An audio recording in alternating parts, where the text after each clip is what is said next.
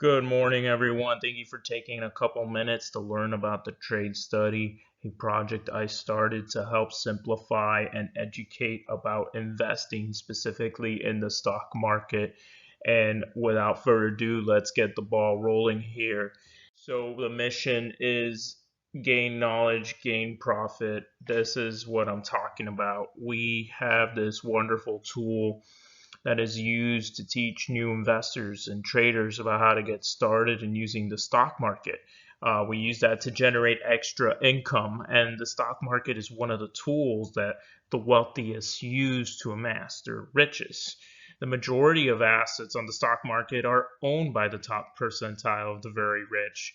The other guys at the end of the spectrum or the scope, your lower wage income, guess what? They don't have any. Lower income families, they usually don't have any assets in the stock market. They don't usually have a retirement plan or even a brokerage account set up, just something very basic. So you may ask yourself, why or how so?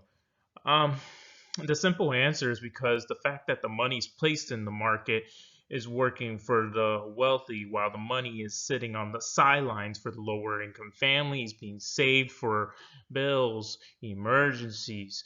And what that's doing is you're not generating any cash in return. It's pretty much a broken system put in place. And my goal at the end of this brief presentation is to help you get started and realize that taking advantage of this tool, the stock market, can be used to generate extra profits for retirement, for bills, anything like that. And my goal moving forward is to bring that knowledge to, kind of trigger a light bulb so that, hey, we can use this to generate extra profits on the side. A lot of times we talk about the student loans, business loans, and we're taught that it's okay to take out student loans, be in debt. How about taking out, how about taking out loans to use to grow your capital, such as investing in a business or a property or an asset? This is unheard of. Usually, when a lot of grad students or students that are in these colleges and expensive programs, they just take out the loan, and that is the end of the day. They don't even think about how this is going to look like on the finance side of things.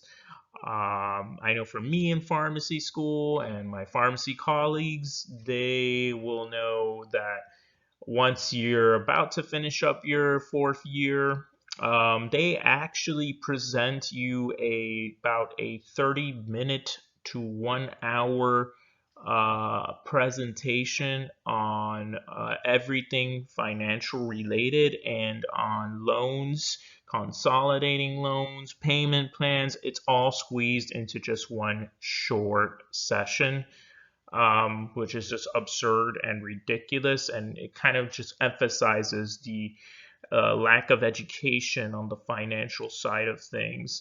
And this happens in many programs across the US. So, um, kind of getting back to the main point here is that we are taught on this condition to take out these massive loans. It's okay to be stuck paying them over a long period of time.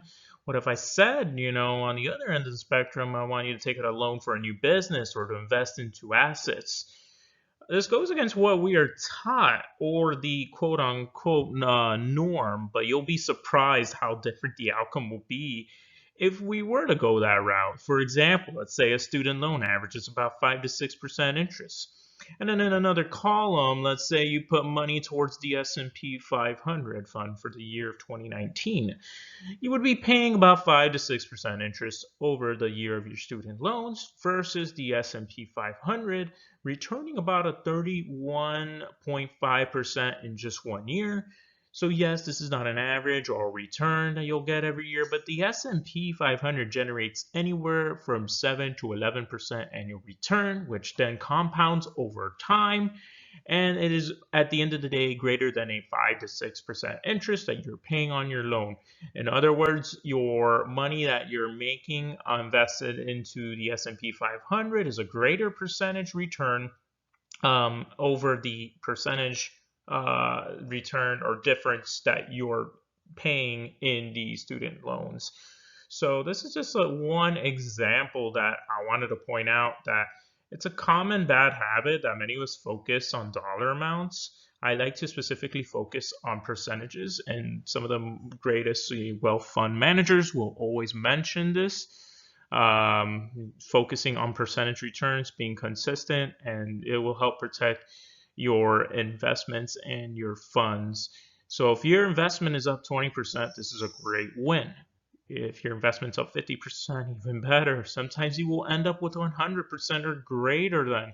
I mean, perfect examples of this are investors in Amazon, Home Depot, Netflix, Microsoft, Google. All of these stocks started at just a couple dollars and now trade in the hundreds or thousands.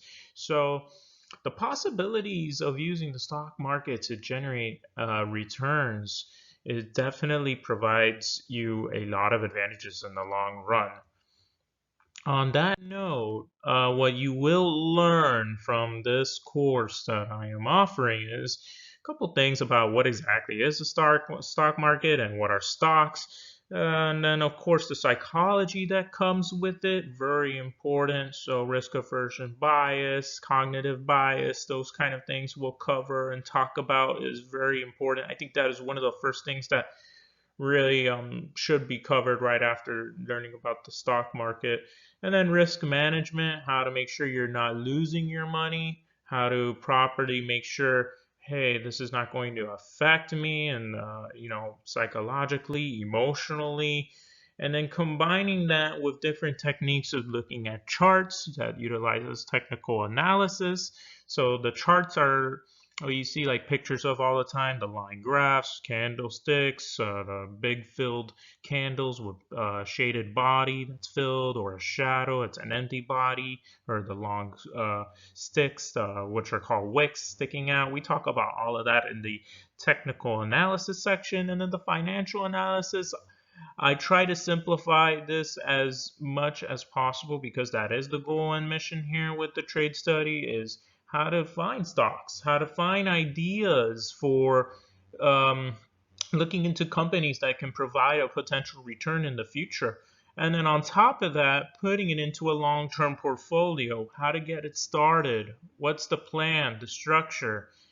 And then exchange traded funds are also very popular. We will be talking about everything that you need to know about exchange traded funds and protecting your money from exchange traded fund managers as well. Something that a lot of people don't know about is, and you see this in retirement plans too, is that fund managers do make a lot of money on these accounts.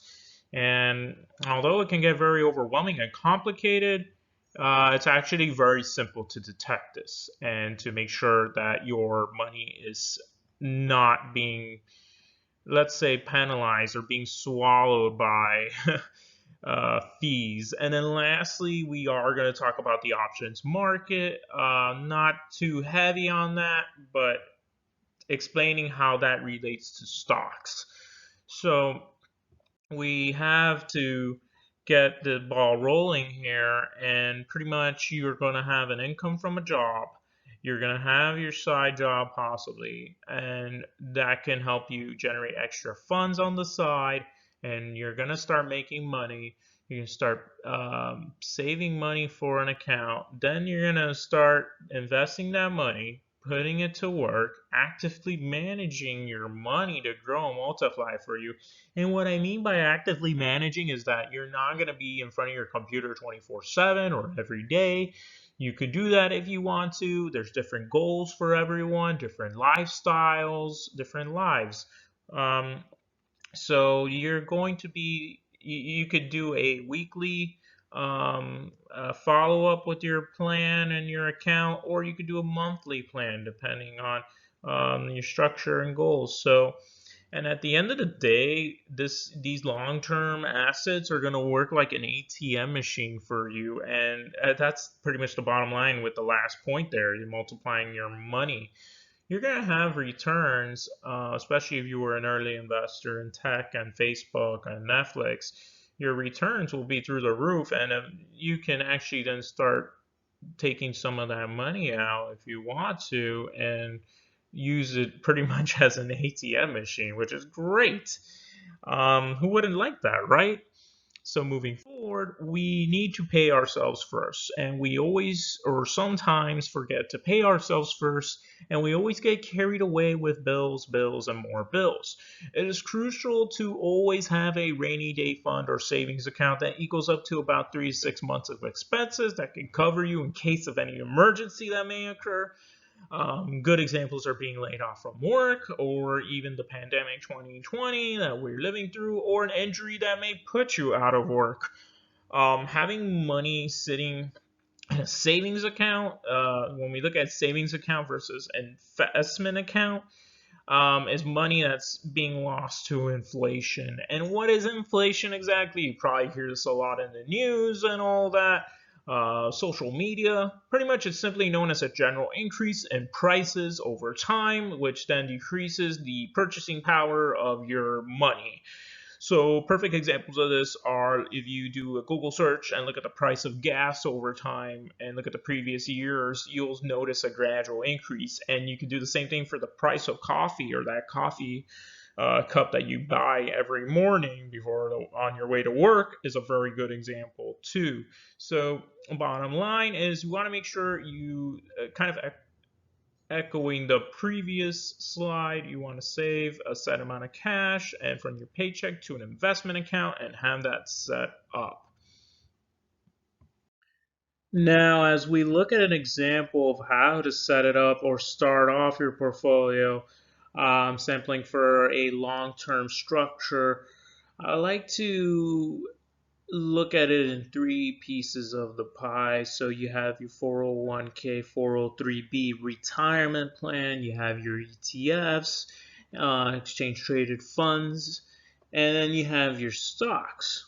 So while we look at this example, you see that the retirement plan at the bottom has the bulk of the pie, or the pyramid in this example. Then the ETFs will be your secondary, and then the remainder will go to stocks. So in this example, you can use a bulk or the first $10,000 to invest over time a 401k, 403b retirement plan, and then slowly contribute that over a small percentage of your paycheck. Then once you're comfortable with that, you can start setting up another brokerage account to start putting together funds to put into these ETFs. Lastly, you can start putting an even smaller percentage of your paycheck into specific stocks and companies that you like to follow and see future potential growth for companies that you think will stick around 5, 10 years or longer. That is very important and key. Well, I do talk about that in one of the lectures that I have prepared in the course. And out of the three of these assets, stocks do carry the most risk, which is why in this example we have stocks assigned to carry the least amount of weight. As we look at the 401k, 403b retirement plans, you'll find out how the funds make money, as I have mentioned earlier. And then most investors have one already, or they start off with this from their company plans. And then you'll hear about match money.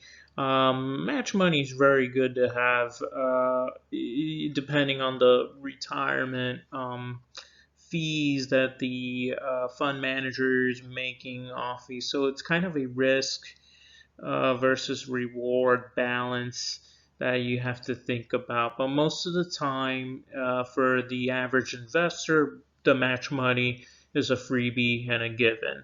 So we'll leave it at that. Now, ETFs, on the other hand, are a unique investment vehicle that provide ownership of stocks. I like to think of it as a basket. You can own bits of shares of different companies, all within one umbrella or asset fund. So you can buy something that mimics the S&P 500. You could buy something that just has oil and gas companies all bundled into one. ETFs get really creative, and we do a fun lecture where we cover different types of ETFs and examples that give you an idea of what is available out there in the market and how to find these and get an idea. I actually lay out my workflow that I go through when I look at an ETF and I evaluate it. And then lastly, stocks, what most people are aware of, it's company ownership that you are putting your money in, and they are subject to more risks than an ETF. So when we look at 2019, we had mentioned earlier that the S&P 500 returned 31.5%. And the bottom line is investing in any of these assets in 2019 would have outperformed a savings account by at least 4 times. So about that savings account, once you stash away your money in there, it loses value over time, and new money is being printed. And remember, you always either work for your money or you let your money work for you. You can be a part of this by having money work for you in the long run. Or you can have your money work for you by actively trading too, if you're into that. We will talk about that in some of the lectures by using tools and skills such as reading charts with technical analysis or understanding a company's financial records with fundamental analysis, or using events such as catalysts and earnings reports. So when you look at this chart, it does really speak volumes of different ideas what you can be doing with your money. Even having money sit in bonds, fixed income assets returned 8.7%. And last time I checked, that is way better than a savings account that yield only 1.7% in return. So money lost is money that can't be regained back over time. Um, Once time has elapsed, you cannot retrieve it back. It is a finite resource, so these things are very critical. This slide's very powerful. And on that bottom line, I do appreciate you taking a couple minutes from your day and looking at this presentation. And if you are interested in learning more about what I'm offering in this course at the Introduction into Stocks in the Stock Market, you can always send me an email at david@thetradestudy.com. And if you guys are ready to jump in and study, why wait? Sign up and let's do it. All right. Thank you for your time and have a good one.